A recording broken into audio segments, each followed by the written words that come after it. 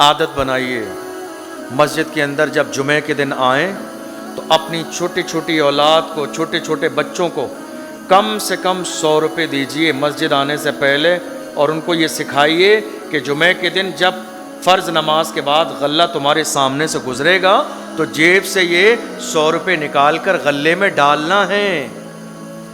زندگی کے ہر کام اپنی اولاد کو سکھاتے ہیں، یہ اچھا کام کیوں نہیں؟ بچپن سے ایسی تربیت کیجیے اپنی اولاد کی کہ آپ کی اولاد اپنے منہ میں لقمہ بعد میں رکھے، غریبوں کا خیال پہلے آنا چاہیے۔ یہ مسجدوں کا انتظام کس کے لیے ہے؟ یہ ہوا، یہ لائٹس ہیں، یہ فرش، یہ شامیانے، یہ پانی، یہ لائٹ، پنکھے، دنیا بھر کی ساری چیزیں کس کے لیے ہیں؟ میرے اور آپ کے لیے۔ تو اس کا نظام چلانا کس کی ذمہ داری ہے؟ اس کا خرچہ اٹھانا کس کی ذمہ داری؟ ہماری اور آپ کی ذمہ داری ہے۔